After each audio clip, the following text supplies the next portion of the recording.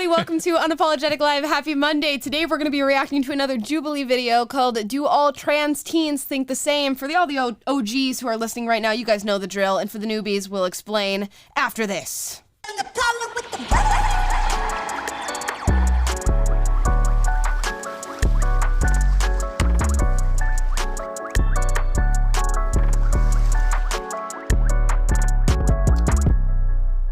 Yo, welcome back to Unapologetic Live. Happy Monday. Hope you guys had a fantastic weekend. I spent mine in Palo Alto with my boyfriend, which was very fun. Taylor, what'd you do? I went to the beach and went to church and just hung out and watched football. Pretty chill. So we switched roles. Normally, Taylor's, trouncing around the world doing things, and I'm gallivanting. And I'm sitting at home doing nothing. And now we switched. Well, so what's it like to be fun? What's it like? I don't, it was cool. I'm keeping everybody on their toes. I like to switch it up every now and then.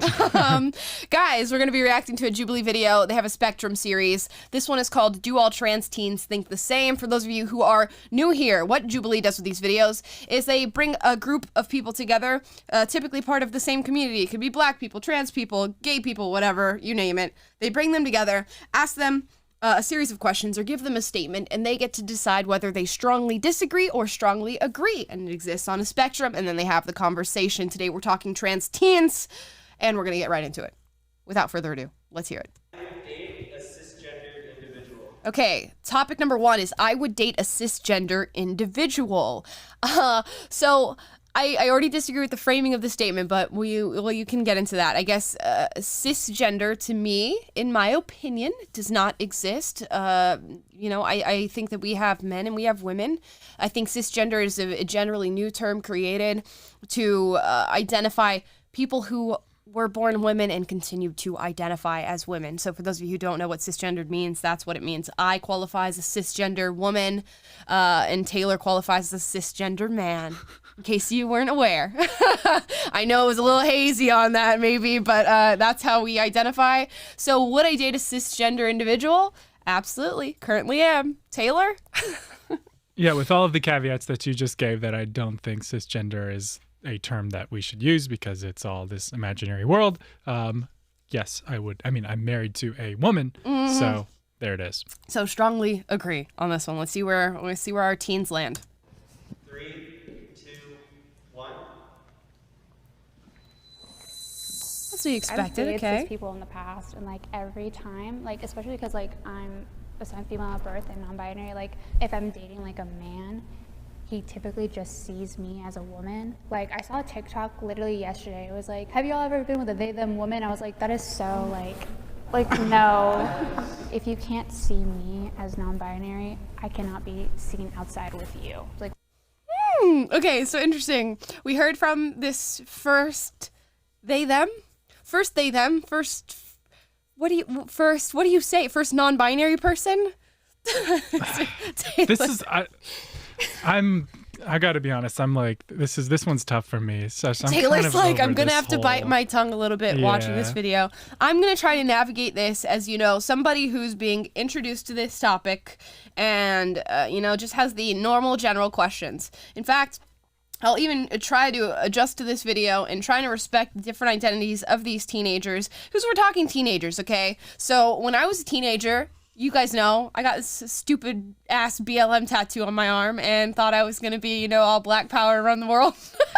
Who run the world? Girls over here, girl boss. Anyways, and now I am not that at all. So I'll give them a little bit of, leeway here, because I've told this story before, and maybe this is a story. I literally, when I was 15, told my mom I was bisexual. Why? Because it was just the common thought of the time to be oh, sexuality exists on a spectrum, therefore nobody's truly straight. I know some of you guys probably heard that before, but that was a huge thing at my school.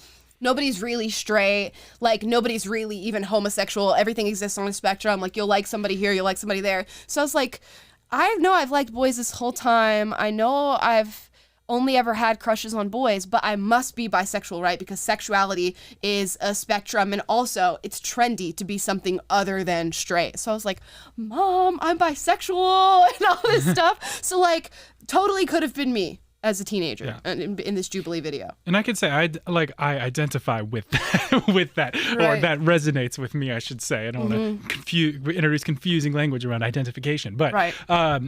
when you're in adolescence, it's a very malleable time. It's a time where you are easily influenced by ideologies, where you're easily influenced by other people. And I think we are in a climate now where the dominant ideology that is influencing young people is a lot of this gender stuff. And that's why it seems so much more prevalent now than in prior generations. But in the same way that the BLM movements and that you found meaning in that as a young person and kind of got swept in over your head with it, I had a similar experience with my Christian faith, and I went like super all in. Like I joined a youth internship and was in this all quasi cultish level of like devotion and authority structures and all this stuff. But in my personal world, this is like, I'm involved in the most meaningful thing in the world, and I have to go save the world all myself, and the weight's on my shoulders, and it's a similar concept. Now I'm still a Christian, but I've become more moderate and incorporated that into like a worldview that actually works and maps onto reality. But I feel like this transgenderism is one of these ideologies that is just getting young people swept up in. Yeah, today. I feel like as teenagers, we all like pick a thing and like that's your thing. Yeah. That's for the rest of your whatever phase you're in. That's your thing, and like you're the most hardcore person about it. All of your friends are created, or the people that you meet revolve around that certain thing, and you just feel so much dedication to that. And it's probably an ego thing as teens too. Like we think we know so much, and we think we know exactly who we are at the time. But let's keep watching. Also, I want to speak to her experience because we didn't even get to that part. She's saying, the reason I might not date a cisgendered person, meaning biological male or biological female, is because they'll always see me as a woman.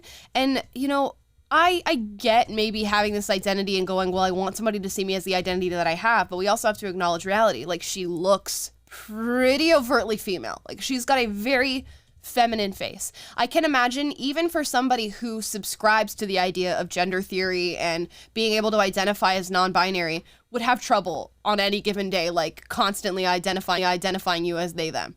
I'm sure even people who are totally devoted slip up all the time because you look like a woman, and that's just about it. With women that are cis, like it's more welcoming, but like people like they perceive us as like a lesbian couple. What's up? No, never mind. We're good. Sorry. I'm having some technical difficulties here with the show. Keep going. No worries. Okay, we're going to keep going. That's not really like what I'm trying to do. At my age, boys kind of come into themselves and their desires, and it's just weird because they either want one thing or another thing, and usually like I'm subject to be fetishized. Like some guys will like come at me and like be like yeah, like you're like the best of both worlds, and I'm like, girl, this is not Hannah Montana. Dude, that was my immediate thought, Hannah Montana.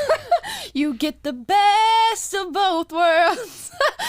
Anyways, but outside of that, I could see that probably being a thing, So transgenderism, it's not new, guys. I get it. It's not new, but it is relatively new at the rate that we're seeing it. So if people are just being introduced to something and it is new, it is other, you're going to be seen or sought out for being new or being other. That means like girls who seek out dating trans people or guys who seek out dating trans people might have that idea of I am getting the best of both worlds, or at least I'm getting something that's unique that I can identify with, which is sort of this generation that we're in right now of like oppression being currency.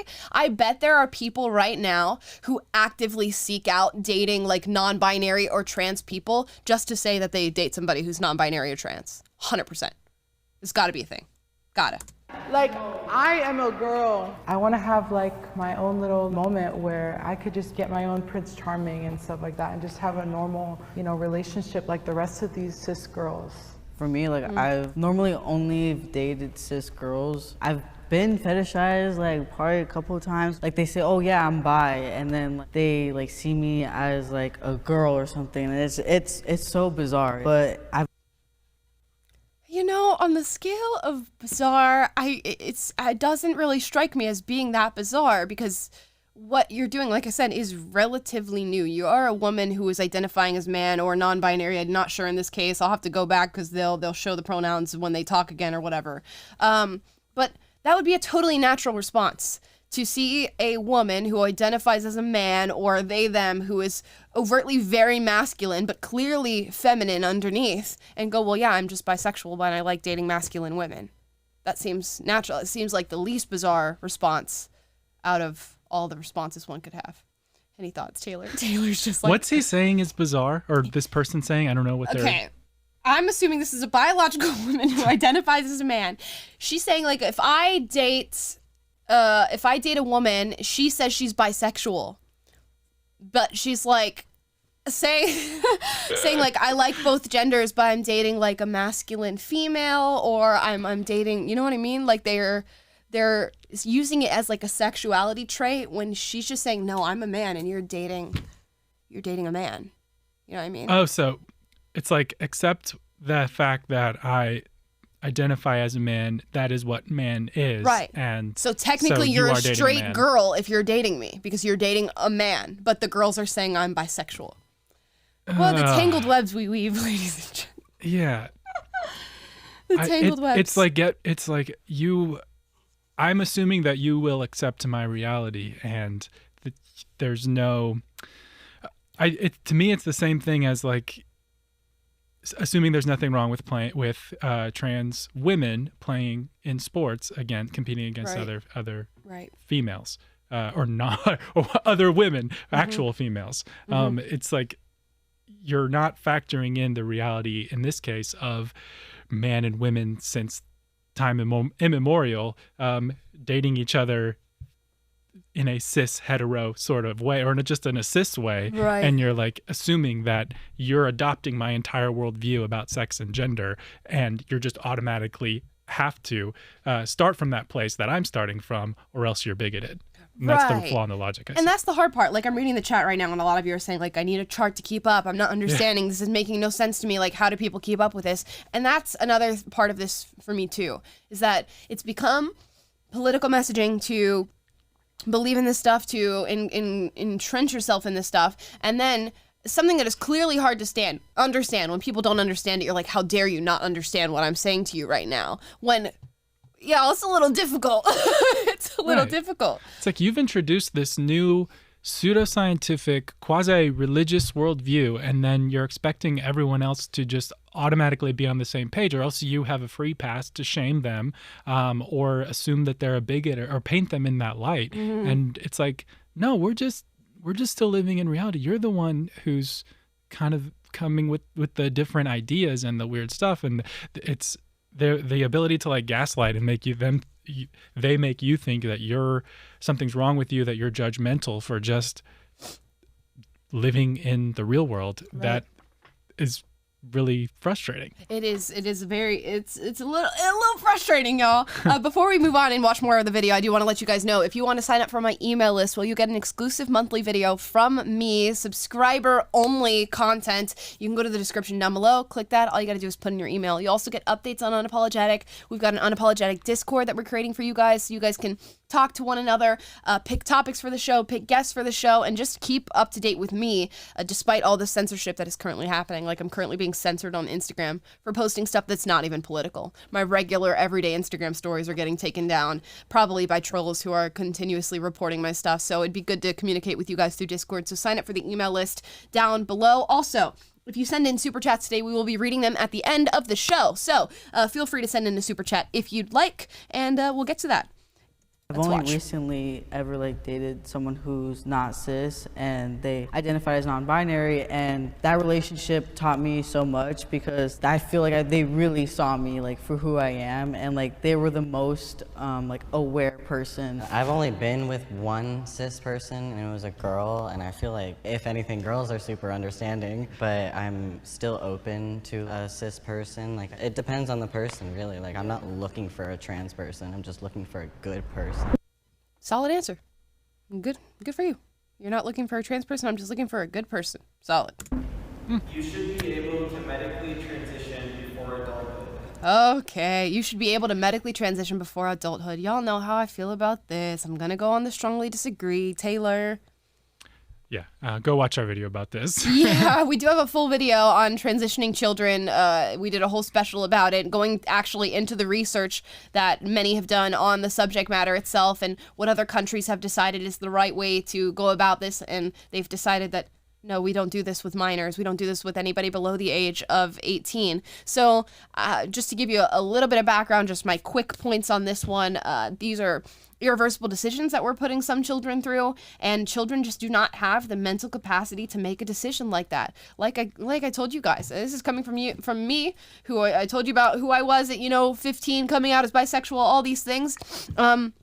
We go through throes, all of us do, as young people, as kids, and as teenagers, and even as adults, we go through throes. To think that somebody below the age of 18 can make a decision like what their gender is unbelievable to me. And just imagine asking your 15-year-old what job they want to have for the rest of their life and having them answer that question, and then they have to stick to what they gave you at 15 years old. We would look at something like that and go, ugh, absolutely not. But because gender is such a sensitive subject, and because there's so many new conversations surrounding the subject matter itself, now we're saying that kids can make these choices and have this decision. We're really moving away from logic in this sense, and I'm hoping at least some of them agree with what I've just said, but we will see, and I have a feeling we're going to get a YouTube ad here as well, so let's see. 2, 1. Oh, right when they move over, we're going to get the YouTube ad.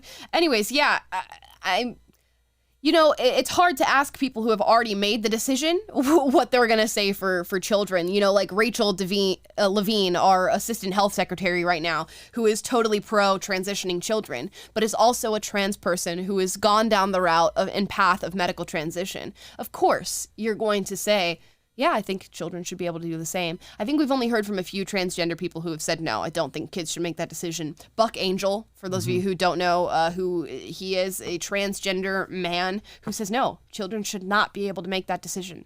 And I made the decision for myself as an adult. It's not for kids. Let's see where they move.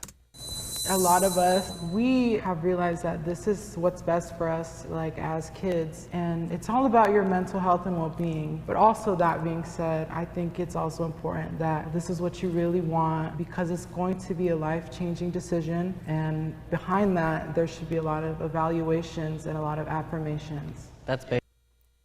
I mean, it's a balanced answer given the situation. Like, given that you've already decided to identify as transgender, the issue is who defines what really want means. My 6-year-old daughter in the future might really, really want to be a boy, and might really say, Mom, I really, really want to be a boy.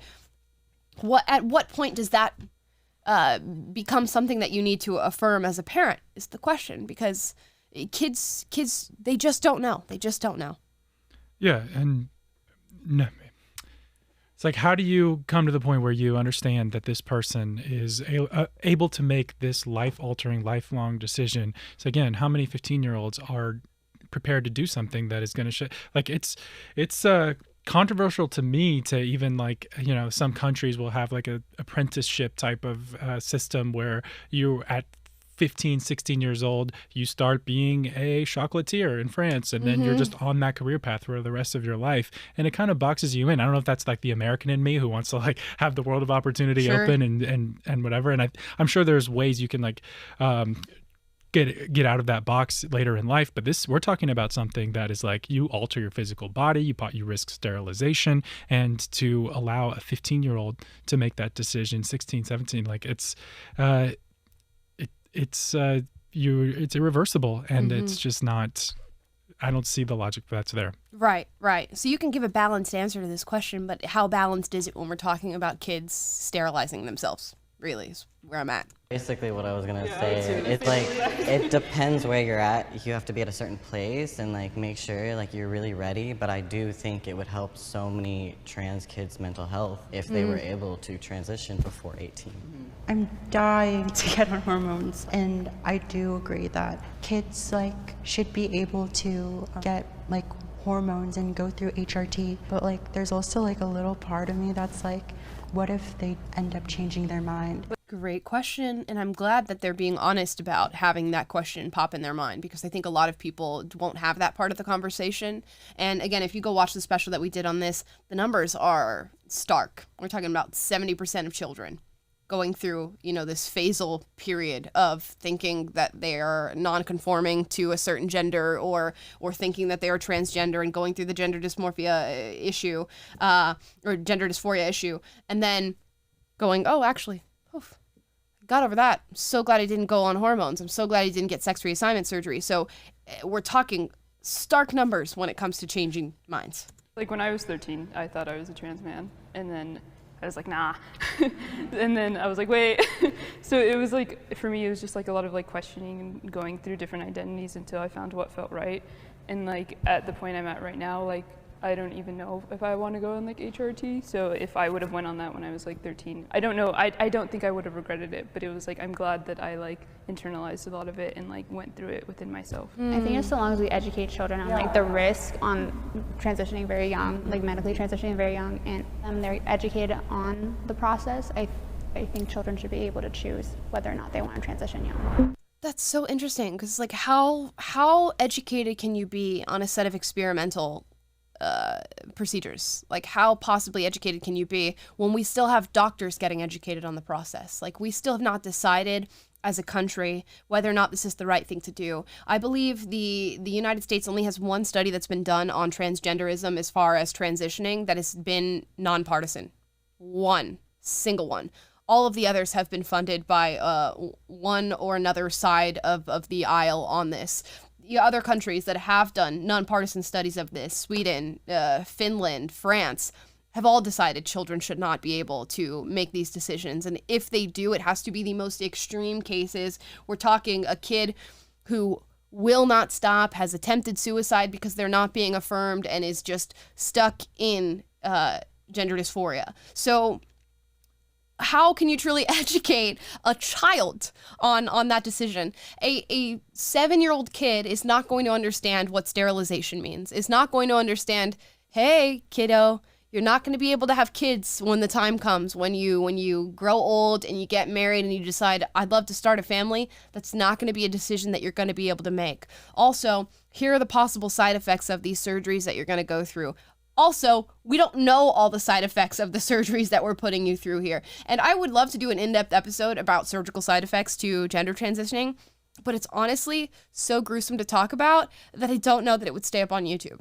Like there's some crazy sex-related things that happen with these surgeries, bacterial infections, malformations that come from these surgeries that just nobody seems to want to touch on and bring light to. Yet we're saying that we could educate children. And when they say kids, we are talking young kids. We're talking, like 4, 5, 6, 7, 8. Were you able to comprehend side effects at 7 years old? I was not.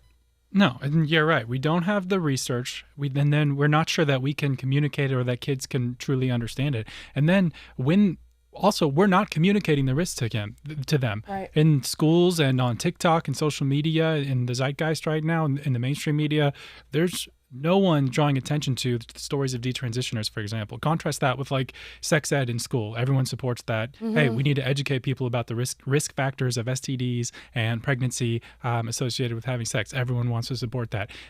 Why is there no education about detransitioners? You should have to watch like 5 detransitioner stories before you even consider doing this. You should have to understand how the risk and the success rate of the surgeries, and then what can go wrong, and then what the consequences are going to be for you and your body. And then, so not only can we not effectively communicate these to kids or know that we can, so that they can make an informed decision, but we're not trying to communicate that in general in the culture right now. It's let's de-emphasize any negativity around this because we need to radically affirm people and they need to be more comfortable with this, and you don't get any honest communication around this. And I think that's a huge part that's missing from this conversation. Right, dude. I just could not imagine. Like I've tried to sit and like put myself in the head of somebody who has gone through this whole process and then it hasn't worked for them, and I can't do it. That's something true to this conversation. People who say like cisgendered people will never truly understand the inner turmoil that we are going through with our gender. I 100% agree, because I sit and try to fathom what you must be going through to make a decision like that, and I can't. I literally cannot. And and to get to the end of that road and find out that the surgeries didn't help must be devastating. Like it's no wonder to me why the suicide rates and the rates of mental illness are so high. That would be devastating. My teachers are accepting of my pronouns. I can't answer this one. I'm not in school.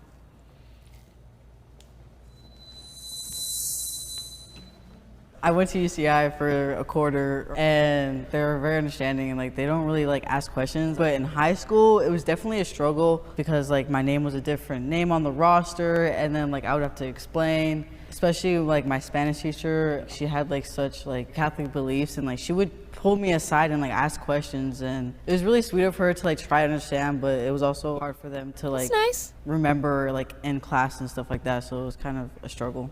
I'm honestly really thankful that they really did try to find a way to like make trans people feel a bit more comfortable in the school. Like right now I'm taking like a ballet and Pilates class, and I totally thought it was gonna be, oh, but you were like born male, so you have to do like masculine presenting stuff, which I was like really afraid of, but I'm so glad that they're like really accepting. I go to UC Berkeley right now, and I get misgendered there like on a daily basis. Like I think we lost the picture. Oh, okay. Well, let's talk about this. It's a lot to chew on. Yeah. So, you know what? I'm like approaching this with the utmost sympathy. If you had a different reality in your head and you wanted people to accept that, and you go to a place where they're like, yeah, totally, you're a girl, she, her, dope. Yeah, join the girls' Pilates class, whatever. I bet that feels really good, and I bet that's super cool, and I bet that takes away a little bit of the struggle that you probably go through every single day, because I can imagine, for me, even as somebody who would be like, oh yeah, I'll respect your pronouns, I would F that stuff up all the time. Like, I'd be like, I'm so sorry, you look like a woman, I don't know what to tell you. So the issue becomes when you expect your reality to dictate other people's reality. Like, if being misgendered upsets you to the point where you have to stay home, which we've seen in other videos of college students being like, I can't even believe you're asking me these questions, I have to go home for the day. Or that it upsets you so much that you cannot function normally within society. To me, that's not society's problem. That's an internal thing that you yourself needs to deal with. If I came out tomorrow and said I'm non-binary and I would love for people to address me as they, them, for me to then expect everybody who I know and everybody who I encounter to do that is a ridiculous ask of other people, because I don't look like a they, them. I look like a she, her. And that's what people are going to address me as, because that's what's normal for people, and that's what has been normal for the past, as long as humans have existed. So to expect it of other people is just, begs the question, can I look inside myself and really make this ask of other people? And is that realistic? And if it's not realistic and I still have a struggle where it causes me such depression to be misgendered, what's going on with me that I can't accept that about myself? Yeah. My pastor, interestingly enough, to this weekend talked about the difference between like old school tolerance and modern tolerance. And we don't even hear that word very much these days of tolerance in general. But tolerance used to mean we may disagree, but we can agree to disagree, and I'm still going to tolerate you. I'm still going to, coexist at peace with you. And now it means all viewpoints are equally valid, and that's just. You can't live in a world there is truth, and truth is the arbiter between what's valid and what's not. And whenever someone's persuaded you that the objective truth about science, about gender, about biology, about sex, about biology is not true, and that your inner world supersedes that objective scientific reality, then we have a problem, because now it's not intolerant for me to say, hey, look, I want to be nice to you. I don't have anything against you as a person, but I'm not going to acknowledge this reality as the reality. I accept you. That doesn't mean I don't accept you. It just means the ideas that you believe in, I don't agree with. I don't think that they correspond to what's true and what we know. But that doesn't necessarily make me a bigot immediately, or that doesn't make me hateful or unaccepting or anything like that. I can still accept you as a person and disagree with how you're thinking about the world and how you're thinking about yourself. But we don't have room for that at old school tolerance anymore. No, because then you get the retort of oh, well, you don't even think I exist as a person if you don't acknowledge these pronouns. You've then invalidated my entire existence. Right. And it's like, dude, you exist, right? You are a human being. You're standing right in front of me. We're having this conversation. You exist, but I'm not going to let a homeboy go in the girls' bathroom. And I'm not going to let a man compete against women in the swim team who clearly has biological advantages. I'm not saying you don't exist. You totally exist. We just have separate realities that we are seemingly living in.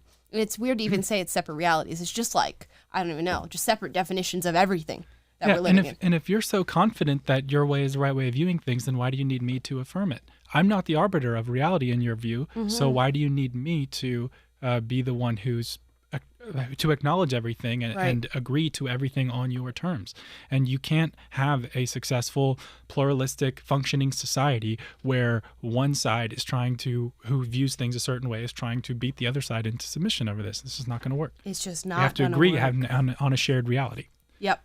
And dude, I feel like the tide's changing on this because I'll watch like these sort of like left-leaning videos that are talking about this, and all of the comments are like, "I'm so sorry, I cannot get behind this.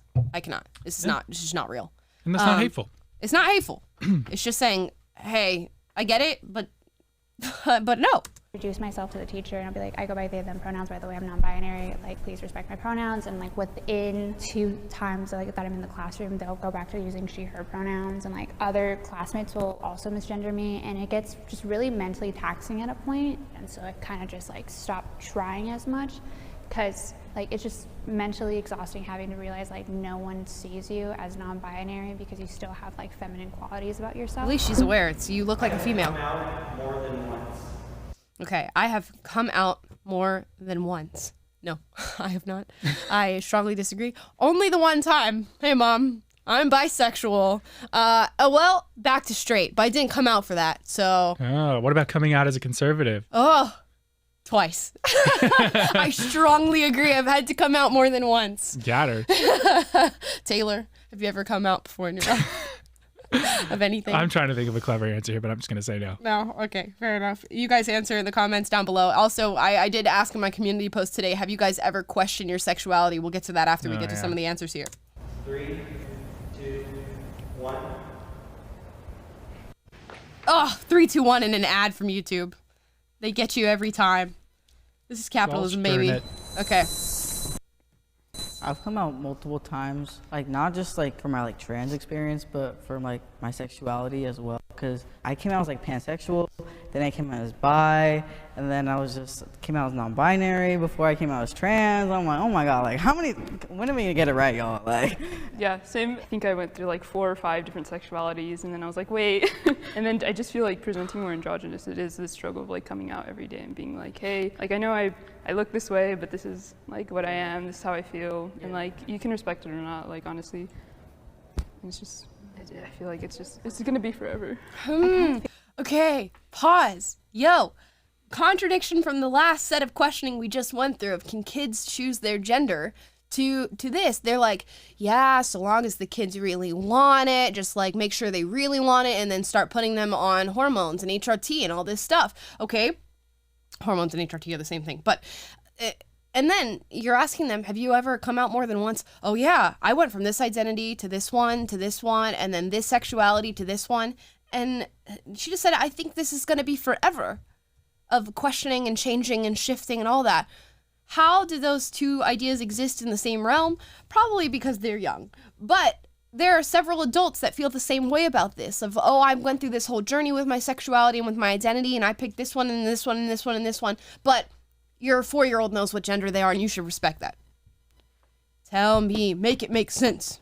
Make it make sense, because it's not clicking, Steven. I feel like I have to come out like every single day, just like with new people I meet in my life. Like I'm constantly having to be like, oh yeah, my name is Mandy, I'm non-binary, I go by they, them pronouns, please respect those pronouns, or this is not like a safe space for me. I get the like. She seems to have a little, I'm sensing a little hostility from this girl. She's keeping it cool, she's keeping it under wraps, but I'm feeling a little bit of hostility surrounding her identity, which non-binary, even more new than being trans. Like, let's go ahead and put that out there. That's even more new. And to like have an even newer identity and expect everybody to morph to it and not think that you're gonna have to come out 1,000 times a day it's kind of a little bit ridiculous. I'm not trying to be harsh, but it's a little bit ridiculous. And let's think about this. Like, think about America in like the 1950s and being a gay man in the 1950s and just like the inability to come out of the closet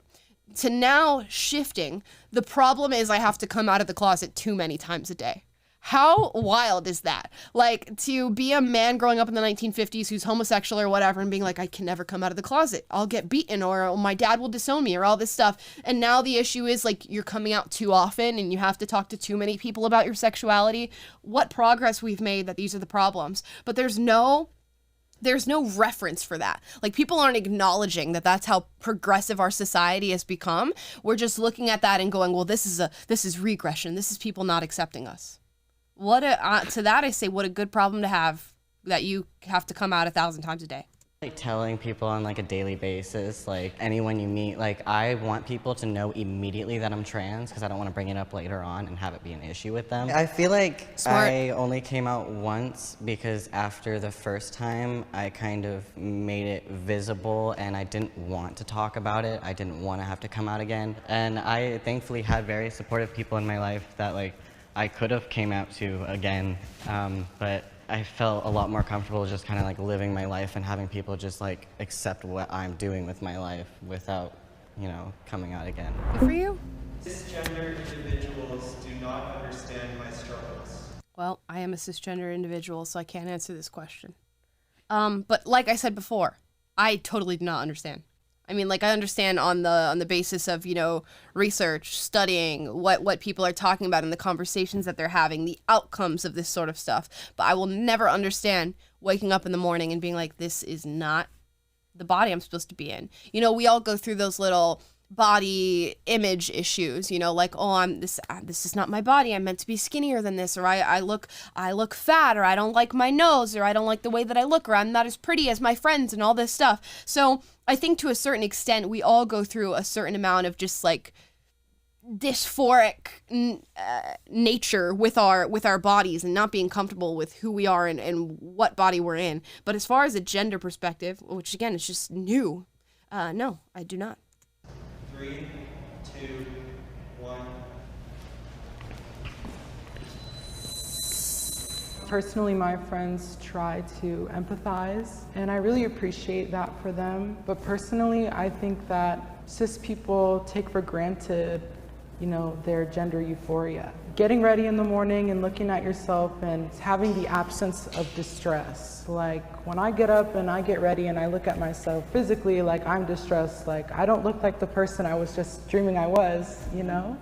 Like, I've known people that were cis and then would kind of be like transphobic towards me, and then after a few years they start transitioning and they're like, oh, I understand now. And like, it wasn't until they were going through it and really felt the pain of it that they were able to understand. I try to think of just like the whole entire spectrum of just like cis people who are like identifying female, but for some reason their bodies present more masculine. I feel like they can have that sort of point of view that can help them sympathize and empathize for you more. Good It's point. all about like the spectrum and just how there's just so many nuances. Interesting. Not very much to say there, but yeah, I would agree with most of what they just said. Even the point of cisgendered people take for granted waking up there in the body that they like or that they identify with. You could point to anything. I wake up in the morning and take for granted that I woke up in the morning. I woke up in the morning and I took for granted that I'm sleeping underneath a roof. You know, we are all taking for granted things, and we're all taking for granted the current state of our mental health. We're probably all 600 of you are taking for granted that you're watching me on YouTube right now, and we all live pretty cushy lives where we're able to watch podcasts. You could say that for anything. I don't think that's a knock on people who are born in the body that they accept and that they identify with. But it certainly does speak to a lack of understanding on that, which again, I agree. Any thoughts, Taylor? No, we can keep going. Okay. If I wasn't trans. 3, 2, 1.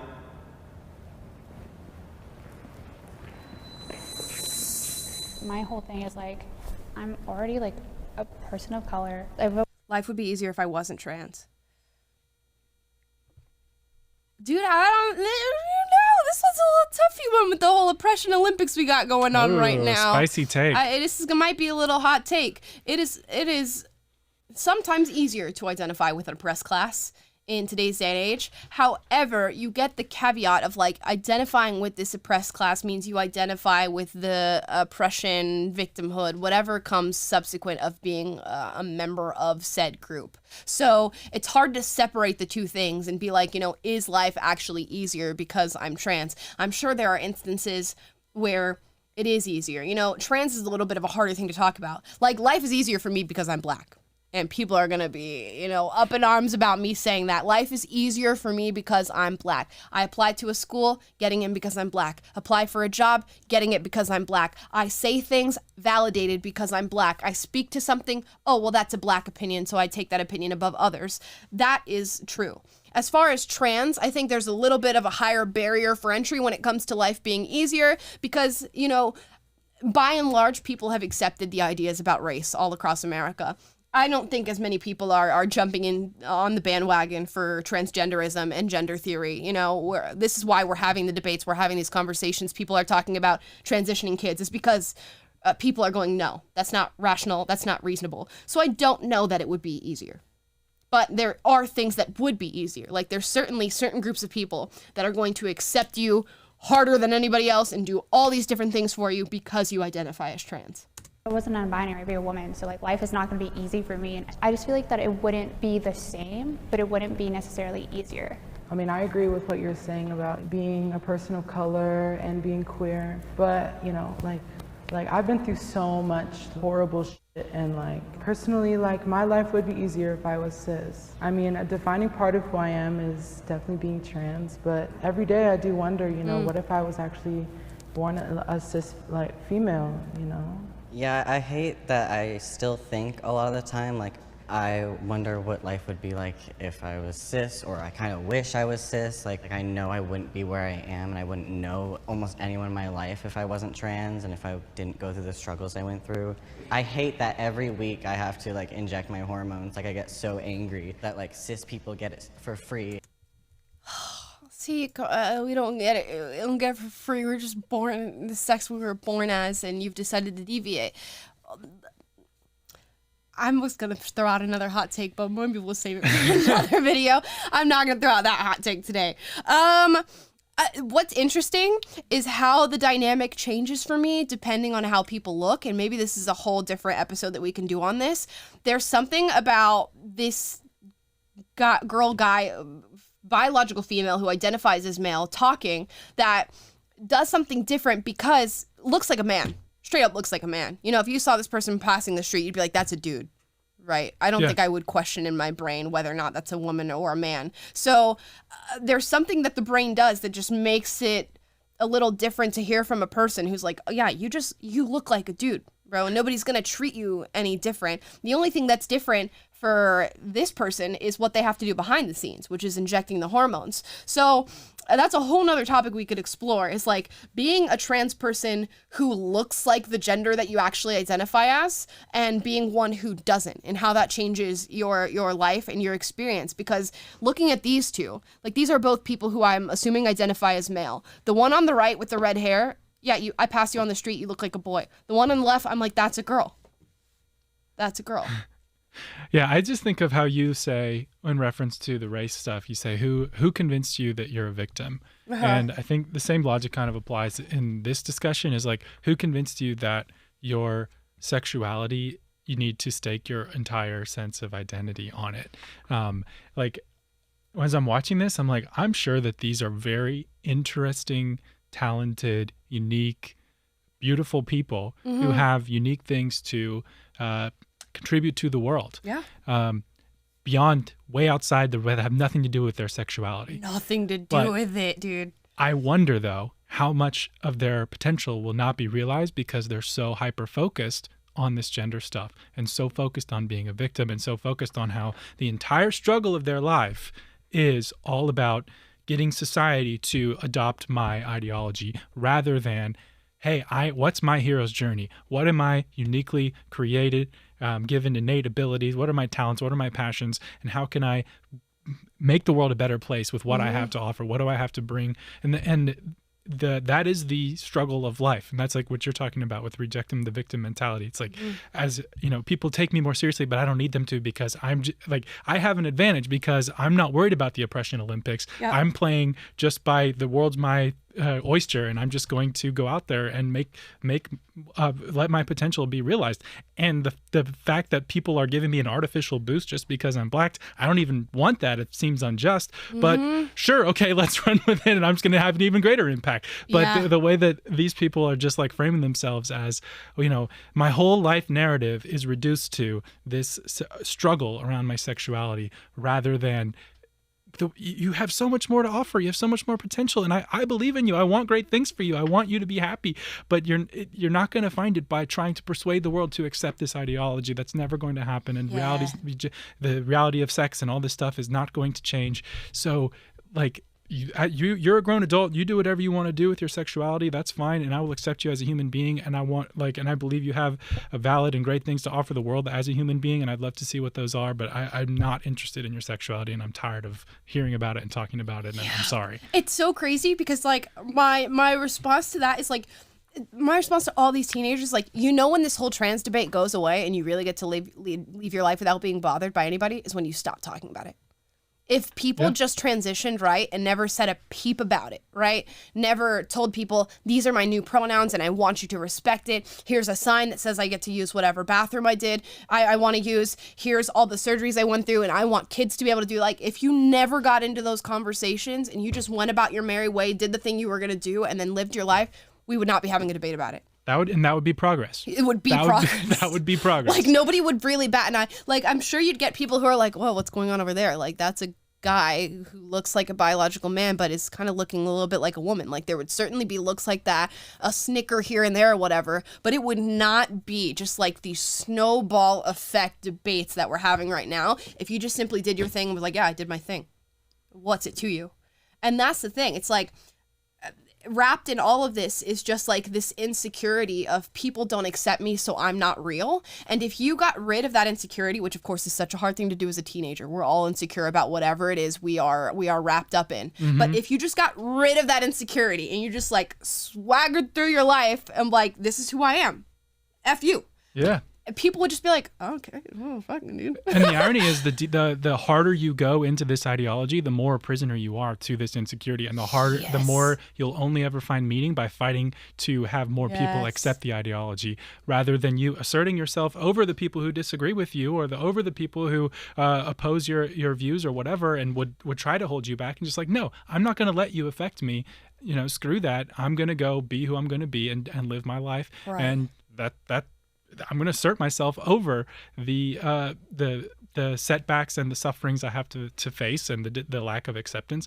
And that is self-realization. That is self-confidence. That's overcoming insecurity. You're not going to overcome insecurity about your body or dysmorphia that you feel by like leaning harder into the ideology that's made you a prisoner in the first place. Yeah, dude, I relate to that so hard because you guys know that was me. I was like, I'm black, I'm a female, life is going to be so hard or whatever, even though I was like triumphant over all of these things I had made up in my head. I was like, this is my struggle. This is my life. This is the thing I talk about day in and day out or whatever. And you just dig yourself a hole and it's just like, deeper and deeper every single day. And then it's like, oh, you want to get out of it?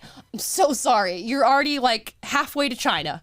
And that's exactly what it is. And if I had just been like, yeah, whatever, I'm black, I'm female, I'm living in a mostly white spot, fuck it, I'm gonna go do my job, I'm gonna go to school, I'm gonna do really good, I'm gonna do my thing, which is what I did anyways. But with all of the victimhood mentality like toppled and caked onto it, it's just like a mess. And you could be so much more fulfilled and so much like less insecure, less anxious about literally everything. Yeah, and like look at Gen Z and all the anxiety and everything that they're inheriting this worldview. They're being sold this lie that is keeping them from realizing their actual potential and actually contributing something to the world. And that's how we talk about like there is no great struggle for the younger generation of our time. And it feels like we're so lost in this navel-gazing modern culture that we're just worried about inward self and identity politics and intersectionality and oppression Olympics, and we're not worried about, again, lifting our eyes, looking around, and it's like, hey, well, look at the legacy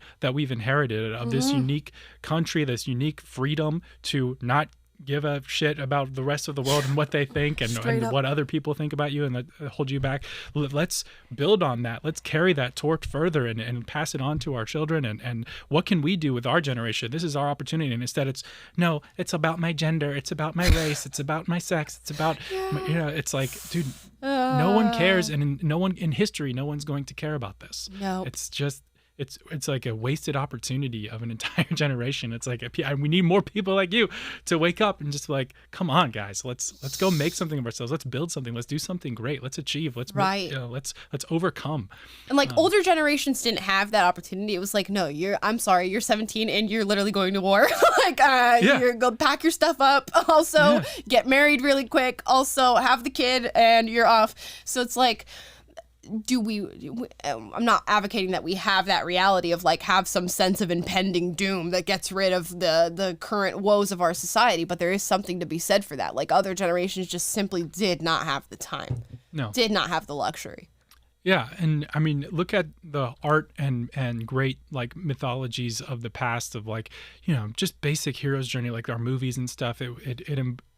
There was a call to adventure. There was a call to like, hey, you will find yourself by overcoming the adversity you faced rather than letting it make you a victim. And then it's all about you and how oppressed you are and how the system is holding you back and the big bad world is out to get you. It's like, and then it just keeps you in that cycle of victimhood until you can tear the whole system down and rebuild something better with your great wisdom that all you've ever done is be a victim. It's like what is good is going to come out of that instead of like, dude, no, like be something, do something great, overcome the circumstances that you find yourself in and assert yourself, your talent, and bring forth the unique contribution that you have to offer to the world. Bring that out. And that's what I want for the people in this video. 100%. And I don't think we need to even finish up the video. I think that's where we close out today's conversation with that little nugget of wisdom, shall we call it. Yeah, to people who are like I was when I was 16, 17, all that fun stuff, who are like these teenagers in this video right now, which I'm sure a lot of you identify with them. And if you don't identify with them now, you did when you were a teenager. Think about if all the problems you could fathom in your head got fixed tomorrow, what are you doing next? What are you contributing to the world? What is your thing to give? And can you do that thing that you would do tomorrow today? While all these problems exist, while all these oppressive weights are holding you down, if the answer is yes, get on it. Start doing it.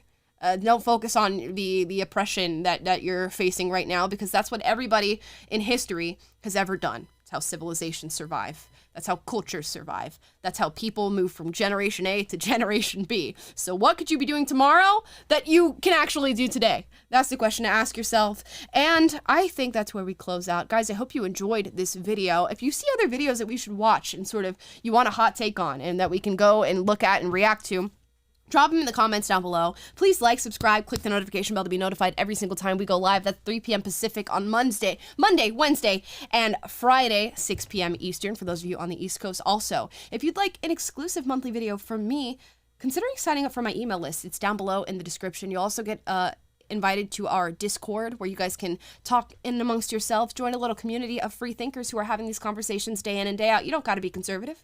You could be left-leaning, you could be centrist, you could be absolutely, I don't know, I'm politically homeless. And you can also join our email list in our Discord and also have a conversation in the comments down below. What do I want the comment of the day to be? Let's extend our community poll, which I will actually go pull up so you guys can see what people were saying. I asked you guys if you ever question your sexuality. 66,000 of you voted. 18% said yes, 82% said no, which is actually more than I thought was going to say yes. So that's pretty interesting. There's some interesting comments down there, but let's extend the conversation down to the comments below. Answer the question, have you ever questioned your sexuality, or did you go through a certain phase as a teen? And what was that phase? We talked about mine, bisexuality and blackness, and Taylor in his Christian cult. Sure. Yeah. So what was your thing as a teenager? That's a good question. I would Yeah. love to read that because we all had our thing. Drop that in the comments down below. And I believe that's our show for today. Thank you guys so much for watching. We'll have more content for you tomorrow and throughout the week. And I'll see you on Wednesday live. Bye, guys.